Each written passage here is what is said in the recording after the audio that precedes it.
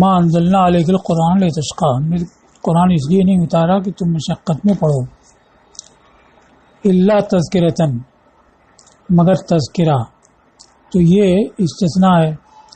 استثناء متصل نہیں ہوگا کہ مستثنی منہ اس کا مذکوری، مستثنی منہ اس کا تعلق ہی نہیں ہوگا کہ ہم نے قرآن کو نہیں اتارا مگر اس لیے کہ مشقت میں پڑھو، تو تذکرہ جو ہے مشقت کی جنس سے تو ہے نہیں، اس وجہ سے یہ استثناء منقطع ہے، یعنی ہم نے اس کو اتارا ہے تذکرہ یعنی دھیان دلانے والا، یا یہ کہ حال ہو یعنی مذکرن کے معنی میں حال ہو، مگر اس حالت میں کہ وہ دھیان دلانے والا ہے اس کے لیے جو اللہ سے ڈرے، لمن یخشا جو کہ ڈرے یعنی اللہ سے ڈرے، یا جس کا معاملہ خوف کی طرف پلٹے، اعلیٰ علوق میں لوٹنا یعنی ابھی نہیں بعد میں ڈرے، تو اس کے لیے بھی یہ دھیان دلانے والا ہے جو فی الحال اللہ سے ڈرتا ہو یا آئندہ اللہ سے ڈرنے والا ہو۔ تنزیلا ممن خلق الارض والسماوات العلی، تنزیل اس کی طرف سے اتارنا ہے، اس کی طرف سے جس نے زمین اور بلند آسمانوں کو پیدا کیا۔ اب یہ تنزیلا ترکیب میں کیا واقع ہوگا؟ تو ایک تو یہ ہے کہ تذکرہ سے بدل ہو، جبکہ تذکرہ حال بنایا جائے، تو مطلب کیا ہوگا کہ مگر ہم نے دھیان دلانے والا، اور تنزیل یعنی اتارا ہوا خالق ارض و سماوات کی طرف سے، تو اس سے یہ بدل ہو جائے گا۔ دوسری ترکیب کی نزلہ مقدر سے منصوب ہو، نزلہ تنزیلہ اس کا مفعول مطلق ہو، کو اتارا گیا، اتارنا اس کی طرف سے جس نے آسمان و زمین کو پیدا کیا، یا منصوب بر بنائے مد ہو یعنی حمد ہو، یا آنی تنزیلاً، یا منصوب ہو یخشا سے کہ جو ڈرے اللہ کی تنزیل سے، یخشا کا مفعول بہی ہو، یعنی اللہ نے اس کو تذکرہ اتارا جو اللہ کی تنزیل سے ڈرے، تو تنزیل مفعول بہی ہو جائے گا یخشا کا۔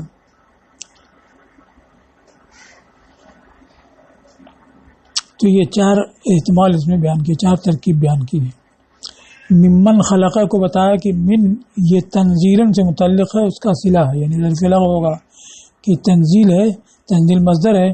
تو جار وہی اس سے متعلق ہو جائے گا، اتارنا ہے اس کی طرف سے جس نے کیا زمین اور بلند آسمانوں کو پیدا کیا۔ العلا کو بتایا کہ یہ اولیاء کی جمع ہے، اور اولیاء اعلیٰ کا مؤنث ہے، تو اعلیٰ کا مؤنث اولیاء، پھر اولیاء کی جمع اولا، جیسے فتح افتح سے افتح، یہ اس میں تفضیل ہے، اس کا مؤنث فتحہ ہے، فتح کی جمع فتح، ویسی اولا کہ اصل میں اولا ون تھا۔ اب یہ آسمان کو اولا یعنی بلندی سے موصوف کرنا، یہ کھلی ہوئی دلیل ہے ان کے خالق کی قدرت کے عظیم ہونے پر، کہ اتنی بلند آسمانوں کو جس نے پیدا کیا ہے وہ ضرور عظیم ہے۔ الرحمن علی العرش استویٰ، اب اس کی ترکیب کیا ہے؟ تو ایک تو یہ کہ الرحمن و مبتدا اور علی العرش استویٰ خبر ہو کہ رحمان نے عرش پر استوا فرمایا، دوسری یہ کہ الرحمن و الگ اور ہوا کی تقدیر کے ساتھ ہوا علی العرش استویٰ یہ الگ، تو پہلے یہ بتایا کہ یہ مرفوع ہے مد کی وجہ سے یعنی وہی رحمان ہے، اور علی العرش یہ مبتدا محذوف کی خبر ہے یعنی ہوا علی العرش استویٰ کہ وہ عرش پر مستوی ہوا۔ اب استوا یستوی کا اصل معنی ہوتا ہے استوا، جب اس کا صلہ آتا ہے تو اس کا معنی ہوتا ہے ٹھیک بیٹھنا، فَإِذَا اسْتَوَيْتُمْ عَلَىٰ ظُهُورِهَا، جب ان کی پشتوں پر تم ٹھیک بیٹھ جاؤ، اور ٹھیک بیٹھنا یہ اجسام کی صفت میں سے ہے، تو مجسمہ اس سے استدلال کرتے ہیں کہ اللہ تعالیٰ جسمانی ہے اور اس کے لیے عرش پر بیٹھنا یہ ثابت ہے، اس آیت سے اللہ رشید سوا سے استدلال کرتے ہیں، اور اہل سنت کے نزدیک باری تعالیٰ جسم و جسمانیات سے منزہ ہے، اس لیے اس کا ظاہر معنی مراد نہیں ہو سکتا ہے۔ تو دو مسلک ہے، ایک تو اسلم متشابہات کے بارے میں کہ جیسا وارد ہے ویسا اس پر ایمان لایا جائے،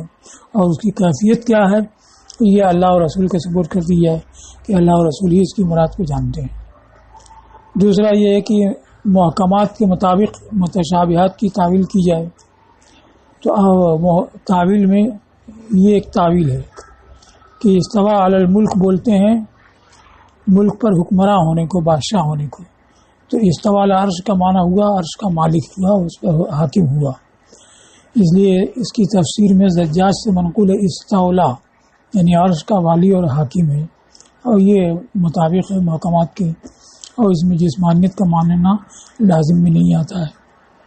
اب یہ سوال ہوتا ہے کہ اللہ تعالیٰ تو تمام چیزوں کا مالک ہے، صرف عرشی کی تخصیص کیوں کہ عرش کا مالک ہے؟ تو اس کو بیان کیا کہ عرش اعظم مخلوقات ہے، اور جب سب سے عظیم مخلوق کا مالک ہے تو جو چھوٹی مخلوقات ہیں ان کا بدرجہ والا مالک ہوگا. تو عرش کے ذکر سے ماسوا کا مالک ہونا خود بخود معلوم ہو گیا، اور عرش کے ذکر سے جو عظیم مخلوقات ہے ماسوا پر دوسرے پر تنبیہ کرتی ہے. دوسری بات کہ یہ بطور کنایہ فرمایا گیا ہے عرش کا حاکم اور مالک ہونا، کہ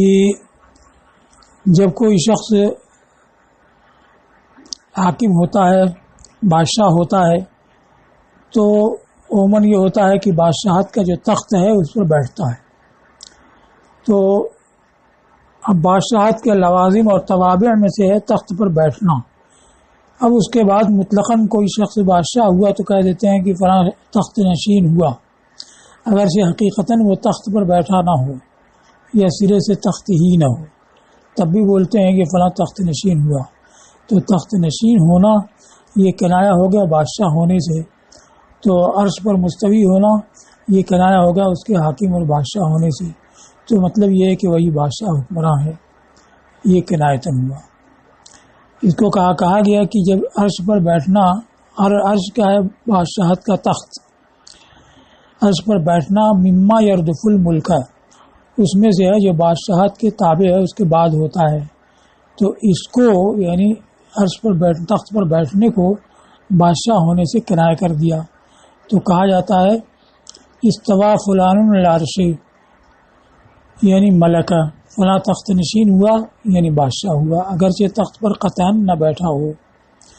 اور یہ اس کی مثال جیسے تمہارا قول یدو فلانی مبسوطہ، فلاں کا ہاتھ کشادہ ہے، پھیلا ہوا ہے، اس کی مراد کہ وہ سخی ہے، اگرچہ سرے سے اس کے پاس ہاتھ ہی نہ ہو تب بھی کہا جائے گا، کیونکہ اس کا لازم معنی یہ مراد ہوتا ہے. تو یہ دو طریقے سے حاکم ہونے کے معنی میں ہوا کہ ایک تو زجاج نے کہا کہ استوا اعلیٰ بمعنی استولا ہے، جیسے کہ قد استوا بشر علی العراقی من غیر سیف و دم و حراقی، تو اس بشر جو ہے عراق کا حاکم ہوا بغیر تلوار کے، بغیر بہائے یعنی والے خون کی، کیونکہ اس کو عبد الملک نے وہاں کا والی اور گورنر بنا دیا تھا. تو اس طور پر یہ ہے، یا یہ ہے کہ تخت نشین ہونا کنایہ ہے بادشاہ اور حکمراں ہونے سے. تو جب فرمایا گیا کہ عرش پر مستوی ہوا تو اس کا مطلب ہے کہ بادشاہ اور حاکم ہوا. مذہب حضرت علی رضی اللہ تعالیٰ عنہ کا قول ہے کہ استوا مجہول نہیں ہے، کیونکہ صراحتاً قرآن میں وارد ہے، اور تکییف یعنی اس کی کیفیت کیا ہے استوا کی، یہ عقل میں آنے والی نہیں ہے، اور ایمان اس پر ضروری ہے کیونکہ قرآن میں فرمایا گیا ہے. اور اس کے بارے میں پوچھ گچھ کہ کیا ہے کیسے ہے، یہ بدعت بد مذہبی ہے، اس لیے کہ خدا تھا اور کوئی مکان نہیں تھا. تو تمام مکانیات یہ سب حادثے بعد میں پیدا ہوئی ہیں. اللہ تعالیٰ ازلی و قدیم ہے، وہ اعلیٰ مکان قبل خلق المکان، تو وہ اسی طرح ہے جیسے کہ مکان کی تخلیق سے پہلے تھا اور اس سے کچھ بھی بدلا نہیں ہے. تو یہ مانا نہیں آ سکتا کہ کوئی مکان جو کہ حادث ہے اس کے اندر وہ مستوی ہو، بیٹھنا ہو، یہ عقل میں آنے والی بات نہیں ہے. ازل میں جیسے تھا ویسے اب بھی ہے. تو اب اس کی کیفیت میں پڑھنا کہ کیا کیفیت ہے کس طرح ہے یہ سمجھ میں آنے والا نہیں ہے، اور ایمان واجب ہے. اب آگے ہے لہو ما فی السماوات و ما فی الارض وما بینہما وما تحت الثری. اب اس کی ترکیب لہو خبر مقدم ہے، ما فی السماوات یہ مدعا مؤخر ہے، ما فی الارض ما بینہما ما تحت الثری یہ سب معطوفات ہیں. تو یہ خبر اور مبتدا ہے، یعنی لہو خبر ہے اور ما موصولہ فی السماوات صلہ یعنی ثبت فی السماوات یہ مبتدا ہے، اور ما فی الارض یہ معطوف ہے. وہاں بینما یہ بھی معطوف ہے، ما تحسرا یہ بھی معطوف ہے، تو اسی کا ہے وہ جو آسمانوں میں ہے اور جو زمین میں ہے اور جو ان کے درمیان ہے، یعنی یہ سب اس کی ملک ہے۔ وما تحت الثری، اور جو سرا کے نیچے ہے، سرا تو نمناک مٹی کو کہا جاتا ہے، تو نمناک مٹی کے نیچے کیا چیز ہے، تو اس کو کہا جو ساتوں زمینوں کے نیچے ہے، یا سرا وہ چٹان ہے جو ساتویں زمین کے نیچے ہے۔ وَإِن تَجْهَرْ بِالْقَوْلِ فَإِنَّهُ يَعْلَمُ السِّرَّ وَأَخْفَى، اور اگر تم بات زور سے کرو، ترفع صوتک، اپنی آواز بلند کرو، تو وہ سر کو اور اس سے زیادہ پوشیدہ کو جانتا ہے۔ اب سر اور اخفا کیا ہے؟ تو دو مطلب اس کا بیان کیا ہے۔ سر ما اسررتہ علی غیرک، جو دوسرے سے آہستہ تم نے کہا ہو، تو جو بات تم نے دوسرے سے آہستہ کہی تو کم سے کم دو جاننے والے ہوں گے، ایک تم جو کہنے والے ہو اور دوسرا جس سے آہستہ کہا، تو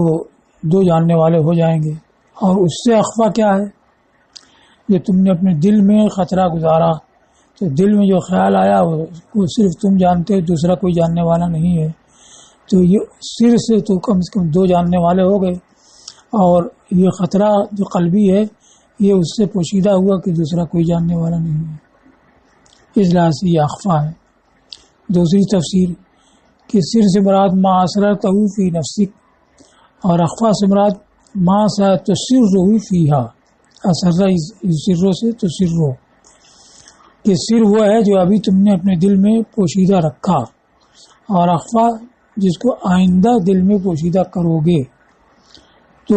دل میں ابھی جو پوشیدہ رکھا اس کو تو جانتے ہو، اور آئندہ کیا کیا تمہارے دل میں پوشیدہ بات آئے گی اس کو نہیں جانتے ہو، کہ آئندہ کیا کیا خیالات دل میں آئیں گے، اور اللہ ان سب کو جانتا ہے، تو اس کا علم ان سب سے بڑا ہوا ہے۔ اللہ لا الہ الا ہو، اللہ اس کے سوا کوئی معبود نہیں، لہ الاسماء الحسنی، اس کے لیے بہتر نام ہے، احسن کا مؤنث ہے حسنی، یعنی وہ ایک ہے اپنی ذات سے، اگرچہ اس کی صفات کی عبارتیں جدا گانا ہیں۔ یہ رد ہے کفار کے قول کا، جو یہ کہتے تھے کہ آپ بھی تو بہت سے معبودوں کو پکارتے ہیں، جبکہ انہوں نے اللہ تعالیٰ کے اسماء کی سنا، کبھی جبار قہار، کبھی رحیم رحمان کے اسماء سے یاد کرتے ہیں، تو کہا کہ آپ ایک کو نہیں کئی ایک کو یاد کرتے ہیں،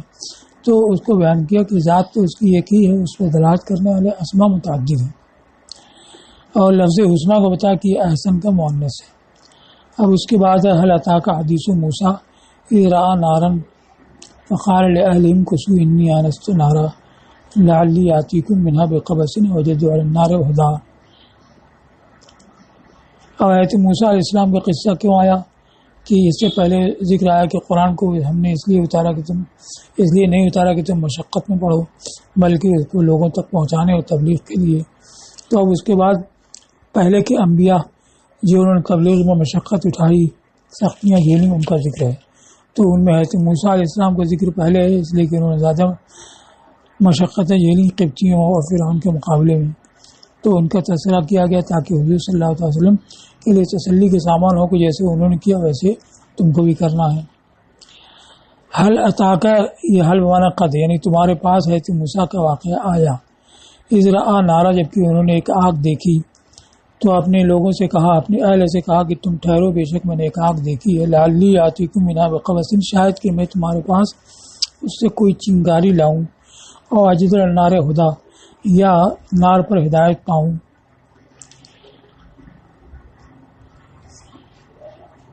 حدیث و موسیٰ ان خبر ہو، یعنی تمہارے پاس حضرت موسیٰ کی خبر، ان کا قصہ آیا۔ قفاہ بقصۃ موسیٰ، تو پہلے واقعے کے بعد حضرت موسیٰ علیہ السلام کا واقعہ رکھا، قفا یخفو تبعہ قفاہ اتباع، یعنی پچھلے کلام کے بعد حضرت موسیٰ علیہ السلام کا قصہ رکھا۔ لیتأسیٰ بہ، تأسیٰ ہے، تأسیٰ اقتدا کرنا، اسوہ سے بنا ہے، اسوہ کا معنی قدوہ، اور تأسیٰ کا معنی اقتدا۔ اعبا، ایبون کی جمع، ایب کا معنی بار، بوجھ، اس کی جمع اعبا، تاکہ نبوت کی ذمہ داریاں، نبوت کے بار اٹھانے میں ان کی پیروی کریں۔ بالصبر علی المکارہ، ناگوار باتوں پر صبر کر کے، اور تاکہ بلند درجہ پائیں جیسا کہ حضرت موسیٰ نے پایا۔ اذ رأى نارا، تو اس جو مضاف ہوتا ہے ماں بعد کی مضاف مل کر کے جملہ ہوگا نہیں، تو جملہ ہونے کے لیے کچھ مقدر ہوگا. مقدر جو ہے وہ ہے کانا کہتا و کہتا، جب انہوں نے آگ دیکھی تو ایسا ایسا ہوا. یہ کہ اذکر مقدر کا مفعول بہی ہو، یاد کرو اس وقت کو جب کہ انہوں نے دیکھا. تو اس جو ہے یہ مقدر کا ظرف ہے، یعنی مفعول فی، یعنی حین رآ نارن کانا کہتا و کہتا، جب آگ دیکھی تو ایسا ایسا ہوا. تو یہ کانا کا مفعول فی ہے یا مفعول بہی ہے اذکر کا. اب اس کا قصہ کیا ہے آگ دیکھنے کا؟ تو مروی یہ کہتے موسیٰ علیہ السلام نے حضرت شعیب سے اپنی ماں کی طرف جانے کی اجازت طلب کی، کیونکہ قبطی کو مارنے کے بعد حضرت موسیٰ علیہ السلام مدین کی جانب حضرت شعیب علیہ السلام کے جہاں جا کر کے ٹھہرے، اور انہوں نے اپنی بیٹی صفورہ کو ان سے نکاح کر دیا، تو وہیں رہتے تھے. اب اس کے بعد انہوں نے اجازت طلب کی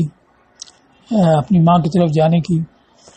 تو حضرت موسیٰ علیہ السلام نے اپنی ماں کی طرف نکلنے کی حضرت شعیب سے اجازت طلب کی، وہ اخرج بأہلہ، اور اپنی بیوی کو لے کر کے وہ نکلے. تو ان کے راستے میں ایک فرزند پیدا ہوا، فی لیلۃ مظلمہ مسلجہ، ازلمہ تاریک ہونا، سیرورت بابی فال کے خاطر ایسے اسلجہ سلج والا ہونا یعنی برف والی. تو ایک تاریک اور برف والی رات میں ایک فرزند پیدا ہوا. اس حالت میں کہ راستہ بھول گئے تھے اور ان کے مویشی بکھر گئے تھے، جانور بکھر گئے تھے، اور ان کے پاس پانی نہیں تھا اور تاریکی بھی تھی. قدح فسلد زندہ، اور انہوں نے چخماق رگڑا تو چخماق جو ہے بے آگ رہا. سلد اس میں بے آگ رہنا، تو اس وقت لکڑی کو لکڑی پر رگڑتے تھے تو اس سے آگ پیدا ہوتی تھی اور اسے پھر جلاتے تھے، چراغ وغیرہ یا ایندھن. تو قدح کا معنی وہی لکڑی کو رگڑنا، چخماق کو رگڑا تو چخماق بے آگ رہا. تو اب آگ بھی حاصل نہیں ہوئی. فرآ عند ذالک نارن فی زعمی وکان نورن، اور تو اپنے خیال میں انہوں نے نار دیکھی اور وہ حقیقت میں خدا کا نور تھا. تو چونکہ اپنے خیال میں نار دیکھی تھی تو اپنے لوگوں سے، اپنے اہل سے کہا کہ تم ٹھہرو، یعنی اپنی جگہ قیام کرو. انی آنستو مانا بسر، تو ایناس کے معنی رویت و شیء یونس بھی، ایسی چیز کو دیکھنا جس سے انس حاصل کیا جائے. تو اس زمانے اس وقت میں تاریکی میں اور سردی میں آگ بہت مانوس تھی، اس لیے آنستو کہا کہ بے شک میں نے آگ دیکھی ہے. لعلی آتیکم منہا بقبس، شاید کہ میں اس کے پاس سے کوئی چنگاری لاؤں. تو یہ قطعی طور پر نہیں کہا کہ میں جاتا ہوں چنگاری لے کر کے آؤں گا ہی، بلکہ لعل کے ساتھ کہا شاید میں لاؤں، امید کی لاؤں. تو یہ کیوں کہا کہ اب دیکھا ہے، دیکھنے کے بعد جانا پھر پانا پھر لانا، یہ سب کی سب کوئی قطعی یقینی نہیں ہے. تو ایسی بات نہ کہیں کہ جس کا وقوع یقینی نہ ہو، اس لیے لعل کے ساتھ کہا. تو اس کو کہا بن الامر علی الرجائے لئلا یعیدہ ما لیسا یستیقن الوفاء بھی، وعدہ یعید، وعدہ کرنا. تو امر کو انہوں نے امید پر مبنی کیا، لعل کے ساتھ کہا کہ شاید میں لاؤں،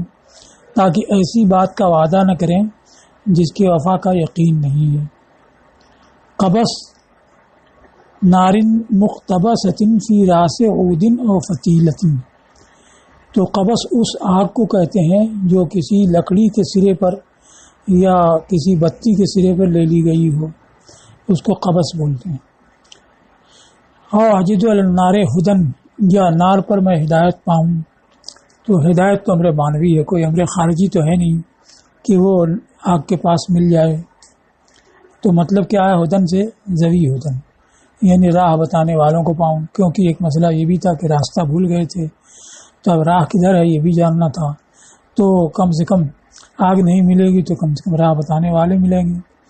یا نار پر میں ہدایت کو پاؤں، یعنی ہدایت کرنے والوں کو پاؤں. تو زوی کی تقدیر کے ساتھ یہ اجدو کا مفعول بھی ہوگا. یا قومن یہدوننی، یعنی مصدر معنی میں اس میں فاعل کو نہیں ہادینہ، یا ایسے لوگوں کو پاؤں جو مجھے راہ بتائیں. اب نار پر ہدایت کرنے والوں کو، راہ بتانے والوں کو پاؤں، تو آگ پر تو بیٹھے ہوئے ہوں گے نہیں. تو کہا کہ یہ محاورے میں مجازن بولا جاتا ہے کہ میں نے دریا پر فلاں کو دیکھا، مراد بین ہی دریا پر نہیں، یہ دریا پر میں نے ایک باغ دیکھا، تو یہ مطلب نہیں کہ باغ جو ہے دریا کے اوپر اگا ہوا تھا، بلکہ مراد کی دریا نشیبی جگہ میں ہے اور اس سے اوپر کی جگہ میں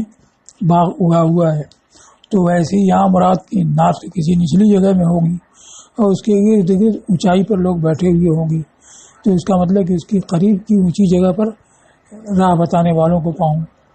تو علی النار میں استعلا کا مطلب یہ ہے کہ آگ والے بلند ہوتے ہیں اس جگہ کے جو آگ سے قریب ہوتی ہے، تو یہ انہوں نے اپنی اہل سے کہا۔ پھر اس کے کہنے کے مطابق ہو گئے، فلما اتاہا النار، جب انار کے پاس آئے تو انہوں نے پائی ایسی آگ جو سفید ہے، تتوقد فی شجرۃ خضراء من اسفلها الی اعلاها، جو ایک ہرے درخت میں نیچے سے اوپر تک بھڑک رہی ہے۔ تو آگ اور ہرے درخت میں نیچے سے اوپر تک، اور یہ عناب کا یا اوسج کا، اوسج یہ خاردار درخت تھا جو جنگلوں میں پایا جاتا ہے،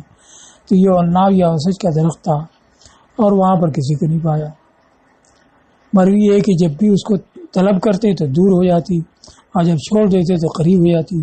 فَسَمَّ نُودِيَ يَا مُوسَىٰ إِنِّي أَنَا رَبُّكَ فَاخْلَعْ عَلَيْكَ إِنَّكَ بِالْوَادِ الْمُقَدَّسِ طُوًى، تو وہیں پر پکارا گیا ہے، موسیٰ بے شک میں تمہارا رب ہوں، بے شک میں ہی تمہارا رب ہوں، تو اپنی جوتیاں اتار دو، انک بے شک تم ایک مقدس وادی طوا میں ہو۔ نودیہ میں ہوا ضمیر نائب فاعل ہے، اس کو ظاہر کیا، یعنی موسیٰ علیہ السلام کو پکارا گیا،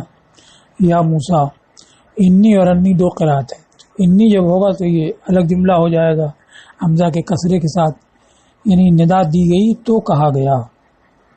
تو یہ نودیہ کا معمول نہیں ہوگا بلکہ قیلہ مقدر کا مقولہ ہوگا، اور قیلہ کے بعد انا آتا ہے تو ان کسرے کے ساتھ آیا، یہ ندا دی گئی تو کہا گیا یا موسیٰ، یا یہ کہ نودیہ کا معمول ہو لیکن یہاں پر نودیہ کے ساتھ وہی معاملہ ہو یا قیلہ کے ساتھ ہوتا ہے کہ قیلہ کے بعد انا آتا ہے تو نودیہ کے بعد بھی انا آ گیا، یا اس وجہ سے کہ انا آیا کہ ندا بھی ایک قسم کا قول ہی ہے، تو قول ہی جیسا معاملہ کیا گیا تو اس کے بعد انا آیا، اور فتح کے ساتھ انی، یہ ابن کثیر مکی اور ابو عمرو بصری کی قرات ہے، یعنی نودیہ بے انی، تو بے کی تقدیر کے ساتھ یہ نودیہ کا معمول ہوگا، یعنی ندا دی گئی اس بات کی کہ میں ہی تمہارا رب ہوں، تو انی میں یا ضمیر متکلم ہے، پھر انا جو دوبارہ آیا، پھر ربک خبر ہے، تو انی انا، تو یہ انا ترکیب میں کیا واقع ہے، تو یا تو انا مبتدا ہے، ربک خبر، مبتدا خبر مل کے جملہ، پھر ان کی خبر، یا یہ ہے کہ انی میں جو یا ضمیر متکلم و مؤکد اور انا اس کی تاکید، یا یہ کہ انی ربک اصل ہے اور انا بیچ میں صیغہ فصل بھی تاکید کا کام کرتا ہے، بے شک میں ہی تمہارا رب ہوں، اور ضمیر انی میں یا ضمیر تھی بھی پھر انا آیا تو ضمیر کو مقرر کیا معرفت کے ثابت کرنے اور شبہ کو دور کرنے کے لیے، یعنی یہ کوئی مجازی طور پر نہیں کہا جا رہا بلکہ یقیناً میں ہی رب ہوں۔ مروی یہ ہے کہ جب آیت موسیٰ علیہ السلام کو ندا کی گئی یا موسیٰ، تو انہوں نے کہا من المتکلم، کون ہے کلام کرنے والا، تو اللہ عز و جل نے فرمایا انا ربک، میں تمہارا رب ہوں۔ تو اب یہ انہوں نے جانا کہ اللہ عز و جل کا کلام ہے اس طرح سے کہ انہوں نے اپنی شست جہاز سے سنا، یعنی دائیں بائیں نیچے اوپر ہر طرف سے انہوں نے سنا، وَسَمِعَهُ بِجَمِيعِ أَعْضَائِهِ، اور اس کو اپنے تمام اعضاء سے سنا۔ تو سننا جو مخلوق کی آواز ہوتی ہے تو کان سے آدمی سنتا ہے، لیکن انہوں نے اس آواز کو ہر بنے منہ سے سنا، تو اس سے سمجھا کہ یہ کوئی مخلوق کی آواز نہیں ہے، رب ہی کا کلام ہے۔ تو انہوں نے یہ جان لیا کہ اللہ عز و جل کا کلام ہے اس طرح سے کہ انہوں نے ہر طرف سے سنا، اپنی جساتوں اپنی 6 جہتوں سے سنا اور اس کو اپنے تمام اعضاء سے سنا۔ فَاخْلَعْنَا عَلَيْكَ، تو اپنی جوتیاں اتار دو، یہ حکم کیوں ہوا؟ لِتُصِيبَ قَدَمَيْكَ بَرَكَةُ الْوَادِ الْمُقَدَّسِ، تو جوتوں کو اتار دو تاکہ تمہارے قدموں کو وادی مقدس کی برکت پہنچے، اور یہی معنی ظاہر ہے چونکہ آگے آ رہا ہے انک بالوادی المقدس طویٰ، یہ جملہ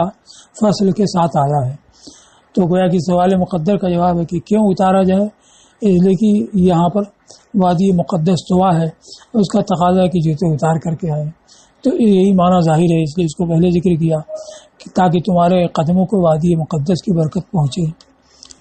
دوسرا قول یہ ہے کہ اتارنے کا حکم ہوا لأنہا کانت من جلد حمار میت غیر مدبوغ، اس لیے کہ وہ جوتا مردہ بغیر دباغت دیے ہوئے مردہ گدھے کی جلد کا تھا، جو جس میں دباغت نہیں دی گئی، یعنی پکایا ہوا چمڑا نہیں تھا، اس لیے اتارنے کا حکم دیا گیا ہے۔ یہ ایک قول ہے۔ اور لأن الحفوۃ، یا اس وجہ سے کہ برہنہ پائی، حفوار حفا فعل ہے اور حفا یہ مصدر ہے، برہنہ پائی اللہ کے حضور تواضع ہے، اسی لیے سلف نے کعبہ کا حافینہ یعنی پیادہ پا طواف کیا ہے۔ اور قرآن یہ بتاتا ہے فخلعنا علیک انک بالوادی المقدس، تو قرآن یہ بتاتا ہے کہ یہ حکم جو ہے اس سرزمین کے احترام کے طور پر اور اس کی تعظیم کے طور پر تھا، تو حکم کے مطابق انہوں نے جوتیاں اتار دی اور وادی کے پیچھے ڈال دیا۔ بے شک تم مقدس یعنی پاکیزہ یا بابرکت وادی میں ہو جو طوا ہے، تو الوادی المقدس یہ مبدل منہ ہے، تون اس سے بدل ہے۔ اب لفظ تون میں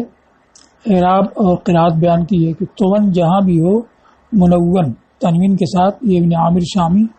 اور تینوں قرائے کوفہ کی قرات ہے۔ اور منون کیوں ہے؟ منون ہونے کا مطلب منصرف ہوگا، تو منصرف اسی وجہ سے کہ یہ وادی کا علم ہے اور وادی مذکر ہے، تو علمیت کی وجہ سے غیر منصرف نہیں بن سکے گا، تنہا علمیت کی وجہ سے غیر منصرف نہیں ہو سکے گا۔ اور یہ تون جو ہے الواد سے بدل ہے، اور باقی لوگوں نے بغیر تنوین کے پڑھا طوا، تو گویا کہ انہوں نے غیر منصرف مانا۔ تو غیر منصرف کیسے کہ اس کو انہوں نے بقعہ کی تعویل میں لے کر، بقعہ کہتے ہیں اس سے زمین کو، اس کی تعویل میں لے کر کے مؤنث مانا ہے۔ تو علمیت و تانیث دو چیزیں جمع ہو گئی تو غیر منصرف ہو گیا، اور بغیر تنوین کے طوا آیا۔ اور ابو زید نے پڑھا ہے، یہ ابو زید یہ لغوی نحوی ہیں، مفضل ابن محمد سے روایت کرتے ہیں، وہ امام عاصم سے، انہوں نے طوا پڑھا ہے تاکہ کسرے کے ساتھ اور بغیر تنوین کے۔ انا اخترتک فاستمع لما یوحی، میں نے تم کو چن لیا تو غور سے سنو جس کی وحی کی جاتی ہے۔ اختارہ کا معنی بیان کا استفیتک، میں نے تم کو چن لیا نبوت کے لیے، اور انا اخترناک امام حمزہ کی قرات ہے۔ فاستمع لما یوحی، تو ماں جو ہے اس میں یا تو موصولہ ہوگا یا مصدریہ ہوگا، موصولہ ہوگا تو للذی یوحی اور مصدریہ ہوگا تو للوحی کے معنی میں۔ اور یہ لما یوحی میں جو لام ہے یا تو استمع سے متعلق ہے، یعنی سنو وحی کو غور سے، یا اخترتو سے متعلق ہے، یعنی تم کو میں نے وحی کے لیے چن لیا۔ اور وحی کیا ہے؟ اننی انا اللہ لا الہ الا انا فاعبدنی، بے شک میں ہی خدا ہوں، میرے سوا کوئی معبود نہیں ہے میرے سوا، تو میری عبادت کرو، یعنی مجھ کو ایک مانو اور میری اطاعت کرو۔